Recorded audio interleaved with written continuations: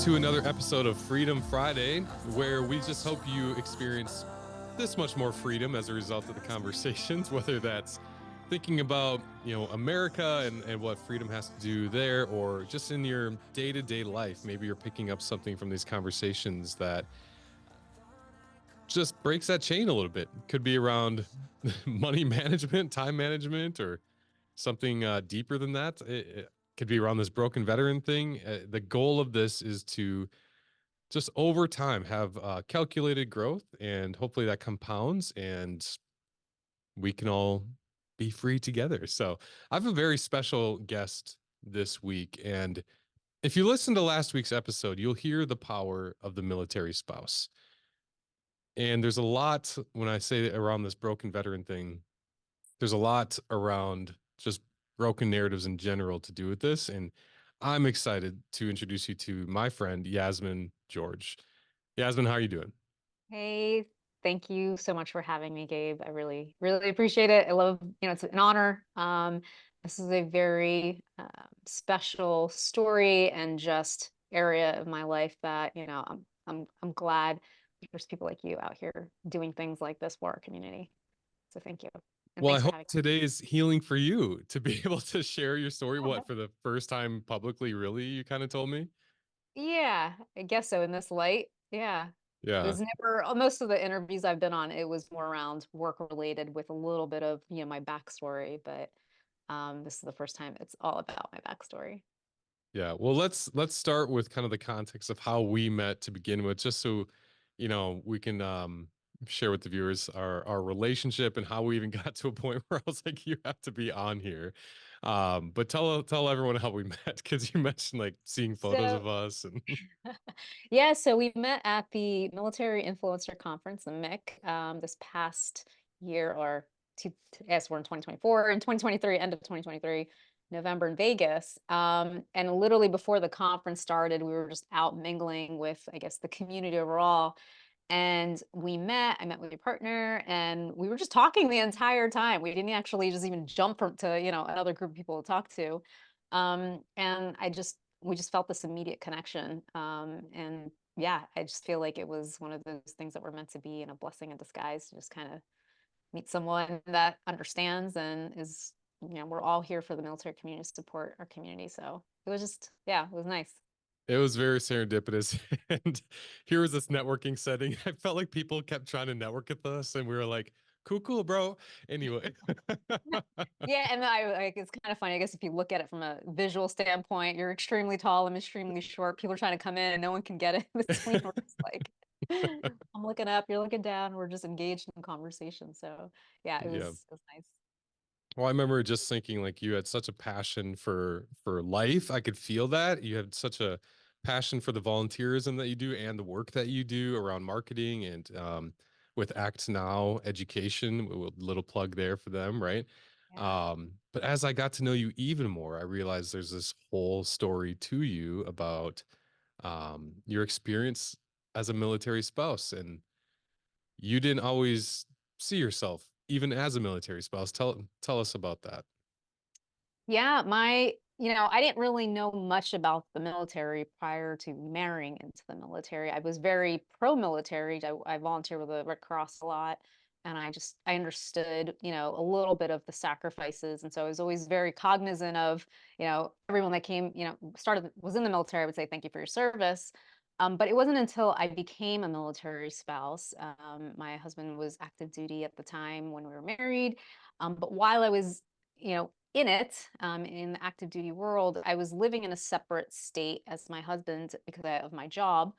And so I didn't understand the world fully or the community fully, but I felt the strains of military life without fully understanding. I just knew it was so honorable, and I loved every part of that, and supporting our service members and just being a part of the service, in a small way. And so, but I still like there was just a lot to it that I didn't get, and it affected, my life a lot. But again, I didn't have that support or community. I didn't know anybody else in it during the time.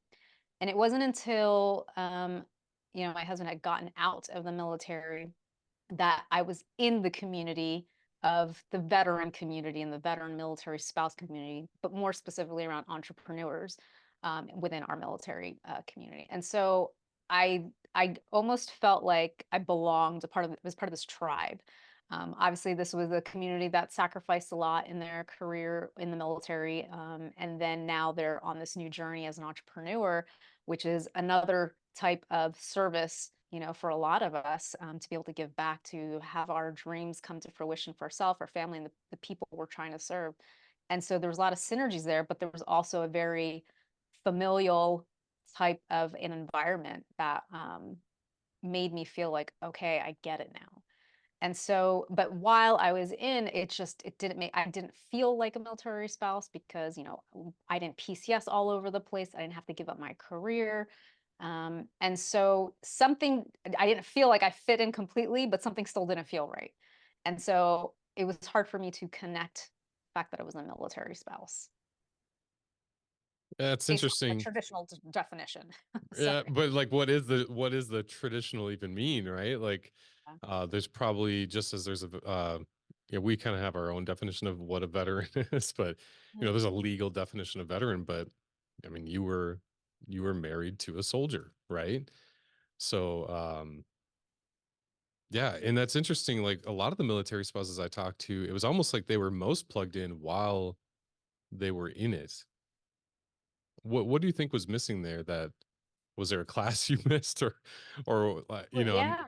like what happened that that you lacked that community? Because it seems like for a lot of people that are in that, they get that community most as their spouse is active.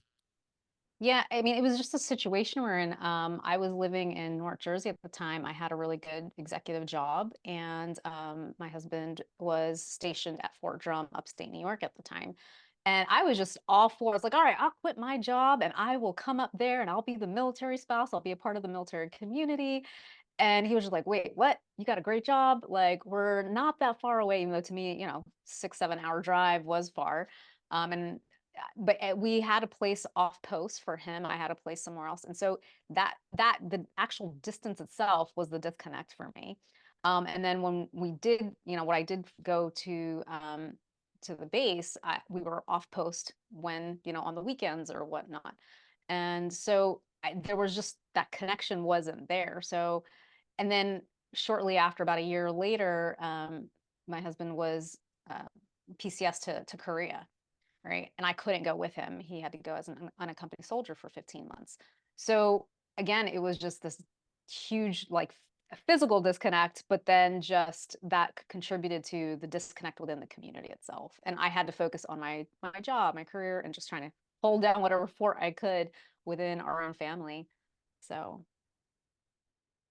Yeah, but as you're talking, everything you're saying, and then he had to go to Korea for, unaccompanied. I'm like, civilian spouses just don't have to think about that kind of you don't stuff, have to right? think about that. Yeah, but Yeah. tell me about that journey and that experience, the Korea story. Tell me that story.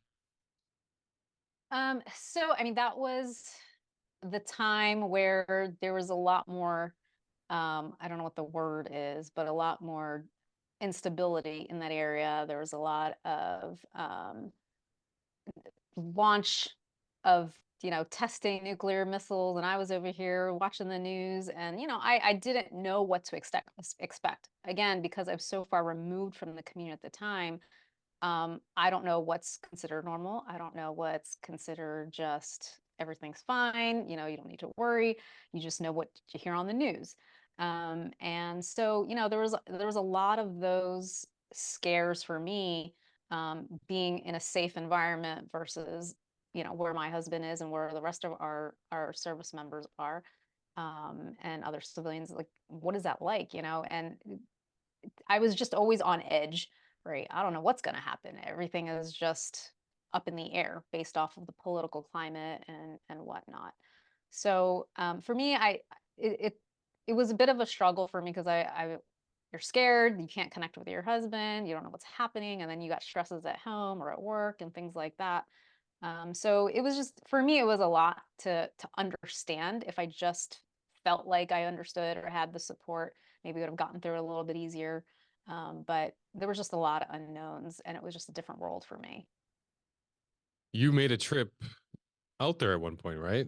Tell like you had a journey, Yeah, kind of an I had a adventure. journey. I didn't know what I was doing at the time. I just knew I needed to move. The stresses of military life, long distance marriage, and there were so many things. We were newlyweds at the time. And, life was just stressful with work and just working nonstop, long hours. And I was just coming to this, what I felt was a breaking point emotionally, mentally, um, because I didn't have the support that I needed or the knowledge that I needed. And so I said, what, I just need to move. And actually, I did like opt into, I think like a military spouse magazine. It was like an online magazine. I can't remember which one, and maybe that was the name of it. But I remember reading this article of a woman, a military spouse whose husband was serving overseas, and she was stressed, and her husband was in a war zone, and she kept saying, like, I think she went to somewhere in South America and hiked on it in a mountain. I can't remember the details of it, but for her, she needed to move to get through it. And that kind of seeded an idea for me because I assimilate well and go back to more of I really calibrate, I should say, when I'm moving. And so I'm a little bit rebellious, hence being the entrepreneur, right? We think Yeah. differently, want to do things differently. Yep. So I said, you know what? I am going to take a sabbatical. I need to quit my job. I need to just move. And I would love to just go to Korea, teach English. And my husband was like, no, you can't do that. You're not allowed to be here and things of that nature. I said, okay, well, then let me just travel a bit. And when you get off, I'll go and I'll come and visit you. And so I just need like 6 months, just so I can recalibrate. Now, thankfully, I had the financial position to be able to do that. I mean, it was, in my husband's eyes, he was saying at the time, just like, I'm transitioning out soon. It's best if you just kind of hold down whatever fort you can right now, and then it'll be over soon. But I just knew for me, I needed to move. And it was not the norm. And I did everything possible to make sure that we were, secure for when we got back. But I just knew that by the time we got back, if I didn't take care of me, there wouldn't necessarily be a wife to come back to. There was just a lot on my plate. So Hmm. I decided to backpack. I had a backpack, but I didn't stay in hostels. I stayed in more Airbnbs, and I traveled, to multiple countries, and all because, really I wanted to see my husband when I could. I like holidays. We didn't spend any holidays together, right? Just because of the nature of, the world we were in. And we didn't even go on a honeymoon right away. Like there were just so many things that I just felt like I didn't get. But again, I didn't understand what that sacrifice and service meant, right? And so it was just my own struggles with it. And so, but again, this became a journey of discovering self. And, during Thanksgiving and Christmas and New Year's, I went and saw my husband when he had off and got to spend some time there. And it was great for us because there was less stress on my end as well. I know he was going through a lot of stressful situations there, but it was also, a good experience for him being out there too. So, yeah, I took 6 months off and I just traveled and I got to see the world. I got to meet people, and it was a very inward journey that I didn't realize I took until afterwards. Everything just looked different. Yeah. When we first talked about all this and the seed to even get you on here, um, it almost seemed like you were still discovering aspects of yourself when it came to being a military spouse. Like that lack of a better term, label was making more and more sense to you, even to this day. Is that resonating? Is that true? Yeah, even afterwards, after we got out of the military, I would say, yeah, I'm just the military spouse because I had to give myself a label of a military spouse to be part of the veteran military spouse entrepreneur community. But I was like, oh yeah, I was just a spouse. And literally, I had some veterans be like, you were not just a spouse. I'm like, well, I didn't serve the way you served. And they said, well, yeah, but you served in your own way, and you still sacrificed in your own way. And just immediately you'll just like I would, burst into tears because I didn't realize the impact of what he said. And yeah, I mean I did go through some things in my own way. Obviously, not at the same level as what our service members do sacrifice. They really put themselves out there, and but I find that there's a lot of military spouses that don't fit the mold of PCSing or having to give up their careers, but they still go through something, but they're they're hiding. And it wasn't until, a good friend of mine, Jay, from Act Now Education, the Foundry, he's like, "No, Yaz, you're a military spouse. And there's other military spouses like you that feel the same way. They feel unseen, they're isolated.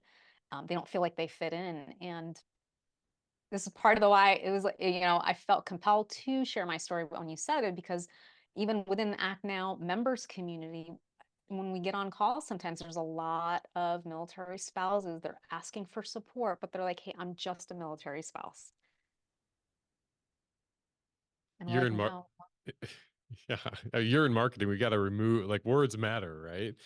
And we got to Yeah. remove that word just from people's stories, It's really an identity. It's piece of your identity, whether you wanted it to be a part of your identity. Like, like you're marrying someone that's in service. You're there to support them, really.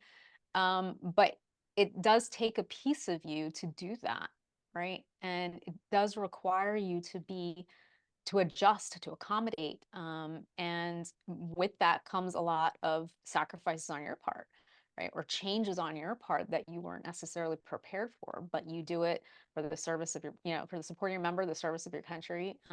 And there's a lot of pride in that, but it's not easy. There are challenges that come with it. And there's effects that come with it even afterwards. Yeah, it's, I'm heavily in this area, in this field of constantly talking about the things that the military community is trying to talk about, right? And it just seems like there's this it's so heavily revolved around the veteran, which, I get that. It's not like a surprise to me, but unless people have seen it firsthand or heard some of these stories, the military spouse kind of gets like a nod. Even at the conference, I remember a spouse stood up and had this fiery question like, you companies are claiming to care about us, but this, and this, have you even thought of these things? And, so you're doing, like, even now on today, you're doing invaluable work to get this out there, because the more people that are exposed to it, it's just going to open like minds as to, for the civilians watching, like, this is real. These are real people going through real things. And as you were listing, like, what you were experiencing and going through, and having to go over a country, like, all of these different things are all little bullet points you could add onto a list of what is a military spouse, rather than having a traditional or a norm. Just all of those things are things that most people will never have to consider. Is my husband safe right now? Yeah. Right. So I I'm just, as soon as you shared your story, I was in awe. But I'm curious, like, where, what are some of the in hindsight, maybe you have more wisdom on these things for yourself, but what are some of the real challenges you went through? What are some of the things you learned through, um and, like, the things that made you who you are today, you know what I mean? I think, for me, and those military spouses that are like me, just feel like there isn't anyone that understands, right? Your friends and family that aren't in the military, they wouldn't get it. And so if you're leaning on, support from others that don't get it, like I had another someone that I spoke to while, I was trying to understand the world, and he was a veteran of a family member of a friend of mine. And he was like, when I had to deploy to Iraq, my wife had to move back home, and it was such a struggle, but like people don't get it unless they're in it. And that's what's so isolating. Like you can try to describe it as much as you can, but it just doesn't click. They don't understand what's behind it all. So, lean into a community. And I didn't realize there was a huge, even online community at the time, right? I would ask, other veterans that I knew, like, "Oh, what should I do? Where should I go? What resources?" But I didn't know enough. And, when you're out, there's still support, believe it or not. And thankfully, I've went down the path of entrepreneurship, and I found the tribe within this military entrepreneurship community where there are military spouses, and I discovered there's so many more resources. So if you're, you were isolated while you were in, and then just know that you don't need to be isolated when you're out because it is going to be slightly different. Things might not go back the way, it was when before you were in. Things happen once a service member comes back home, right? Your life is going to change, and that's okay. It could be for the better, but just know that there is support out there, and there are people like you that might not necessarily fully, not understand the exact circumstance, but there are people that are be willing to support you through it. And so lean into that is what I would say. Just don't give up. Don't feel like you're alone, and embrace what you went through. Embrace the experience because it's meant to teach you something. It's whether it's to give empathy, whether it's to help others in a another situation, or to do something, maybe even in an entrepreneurial way to help the community or people like you. So everything is meant for you, and it's happening for you versus to you. But lean into it is what I would say. Yeah, and owning that story sooner than later, I think in my own life made a big difference just to own what I'd gone through and to call a spade, like call it what it is. You're a military spouse, right? Just because, I've shared your story with so many people since you shared it, and they're just baffled, like, oh my gosh, like, that you were in such a unique circumstance that you didn't even understand that you were fully a military spouse at the time, right? And I've shared it with several people that just they're not angry at you, but they're angry that that had to happen to you. You know what I mean? That they're angry that that's a thing.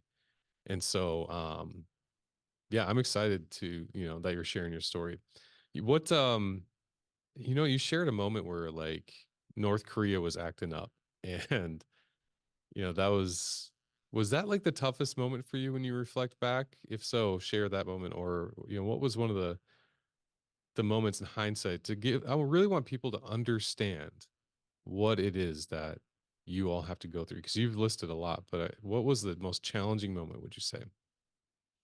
Um, I think the challenging there was I guess there was a couple. Yeah, I mean at that time this was like end of 2016, all of 2017, into 2018 that, my husband was there at the time, and when all of those, launches were happening. It actually even happened when I was there. But I'll share that story in a second. But it's the uncertainty of what's going to happen. Like, there's obviously a lot of intense training that happens over there, the stress that comes along with it, that's taken back, taken home. And you also obviously want your service member to be, good, right? You need them to feel like supported or strong, or that they're not worried about things. But it's a scary time, You get a nuclear threat, what are you going to do? What defenses do you have? And so, yeah, when I was traveling, I went to, oh, where was um, I'm blanking out, the nuclear bomb that went off in World War II time. Oh, as soon as you said that, Oh my my goodness, mind I'm just like was- blanking out right now. yeah. In Japan though, Hiroshima. Hiroshima. Yep. Yeah, so I went there, and I just obviously turned that area into more of like a museum where you go outside and you can see the effects, you have stories of people. And there was an actual woman that was there during the time, and like a lot of her skin melted, and she was telling a story about her parents and other people. And you just hear these things, and you start now connecting dots, like, okay, what if this happens? And so yeah, it's a scary time because it was very obviously uncertain what was going to happen. And I remember when I was there, I think it was Christmas, New Year's. I was about to leave Korea after spending the holidays with my husband, and I was going into the airport. And I didn't know this, but I was sitting at the lounge. But earlier that morning, I see on the TV screens, Korean news, and they're just showing this rocket, a missile going in the news. It was just like a video clip of it. And apparently earlier that morning, it was like 5 a.m., there was another launch that went over Korea and over Japan, or South Korea and Japan. And so I was sitting there, I was like, "Oh, this is kind of interesting. It's happening even while I'm here." And literally, I'm sitting in the lounge, and all of a sudden, the entire like airport alarms were going off, and I'm just like, "What's happening?" I look outside to see if there's like a cloud. I called my husband at the time. I was like, "Hey, did you hear anything? What's going on?" And he's like, "No, nothing's going on." And I said, "Well, this entire airport, the alarms are going off. Everyone's standing still." He's like, "Well, they evacuated." I'm like, "No, no one's doing anything."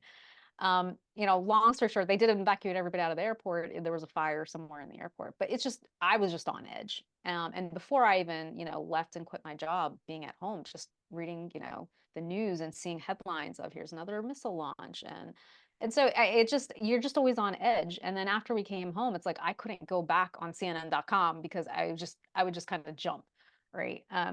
Just not sure what was going to happen. It was just one of these knee jerk reactions, and it might feel like an overreaction, but it's just one of those things that after 15 months of just not sure what's happening, you just get these, I don't know what you call it, these little, I don't say episodes, but these feelings of, yeah, flashbacks, I guess. Well, I'm thinking about, if a civilian were in a Korean airport and all of that happened, they that would not be considered an overreaction to be like, what is going on, and to be on edge, right?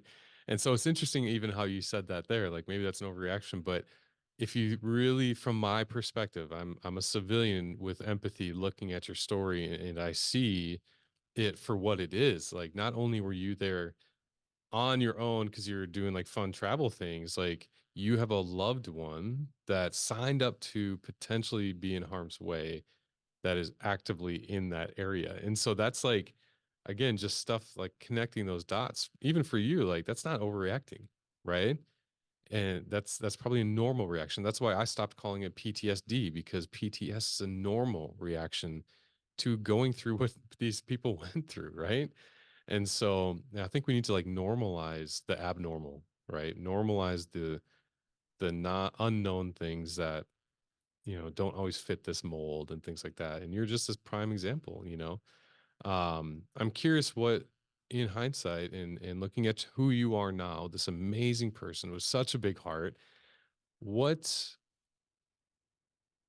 what was something that you really like look at your experience as a military spouse and say that I had learned that from that? Maybe you haven't thought about this question before, but I'm curious. um just I mean, the honor, resilience, um just the way our service members, military spouses, they carry themselves with a lot of humility, believe it or not. They don't speak about what they've gone through because they did it for a specific purpose. They did it for their brothers and sisters in arms, to whatever the mission is, whatever they need to do to move forward. There's really, I mean, no community like it that I've ever really come across.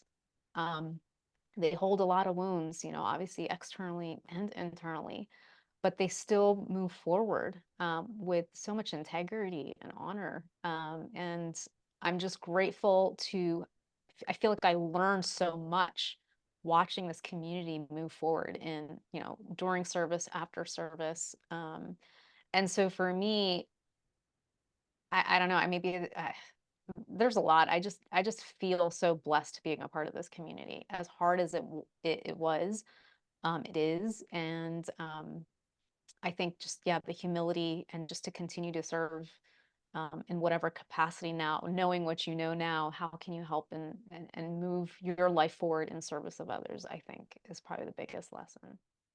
Yeah. I'm sure you became so much more resilient than you even knew you had the capacity for. Does that It's make sense a to you? it's a totally different world, you know. Yeah, the constant worry, but then having the faith through, okay, there's a reason for a lot of what's happening. It's happening for you and the purpose, right? A lot of times people are like, I need to figure out my purpose, but a lot of times you just need to keep moving in what you feel is the pull towards the right direction. Your purpose gets revealed to you. So it's just what I see this community do is they just keep moving forward and What they would you help each other along. That's the other thing. They help each other along mm, without any, what can you do for me? And that's not the same in other entrepreneur communities or in any other communities, majority of the time that I've seen. This is just a very selfless community. Yeah, there's pockets of that in the civilian realm, but it seems to be much more consistent. And I think about even signing that line for a warrior to sign that line and say, I could be assigned to any duty anywhere, anything could change. My life is gone. I'm giving that up. Like that is incredibly selfless, right? And for a spouse, like you joined knowing he was in, right? When you met him. Yeah. So Yeah. you joined that. It wasn't like he made the decision while you were together. And so you signed technically a dotted line to be a Yeah. part of that. I didn't know what to expect. And a lot of people would say, well, you knew what you were getting into. I was like, you don't know what you're getting into. Actually, I think there's a lot of service members, they go in for whatever the reason, great benefits, or they had no other option, or to serve and or right. All those options could be, or all those reasons could be in, that's fine. But they still don't know what it's like once you're in, right? Just like a lot of the military spouses, unless you were part of a military family growing up, you don't know what it's like until you're in. Yeah. Do you have any like heart now that you're kind of in this, and maybe you're through it? I'm not trying to claim anything, but you're in this like discovery about this about yourself, right? And you've learned so much about yourself as a spouse. Um, any heart on or ideas on how you're gonna like change the narrative moving forward and step into that to help others, like you've kind of talked about? Do you have a vision for that or not yet? I don't have a strong vision for it. However, I do believe like it is a core to who I am right now. Like it helped really shape me to where I am right now. It is part of my identity, my part of my story. So me, being a board member, volunteering with Act Now Education, which is dedicated to veteran military spouses and transitioning service members. And when we have our whatever events or online activities that we have, and I hear spouses say, I'm just a spouse. You know, it's one of the tenets for Act Now is no one's just a spouse. You get the same types of benefits and services within our organization as a veteran, or a transitioning service member. So for me, I feel like I'm a part of helping the bigger overall organization and being aligned with other organizations that feel the same way about military spouses, and to be a voice, from the back end, to say, okay, when we're creating these programs, it has to be in alignment with spouses also getting similar benefits. And so that's where I feel like I could do my a part there. And then obviously anybody in the entrepreneur space that needs help with marketing, which is just about everybody, but regardless if you're a veteran or military spouse, I'm here to support in every way I can. But it's to help their dreams come true. They put their lives, on hold. And that's a lot of times I felt like I was putting my life on hold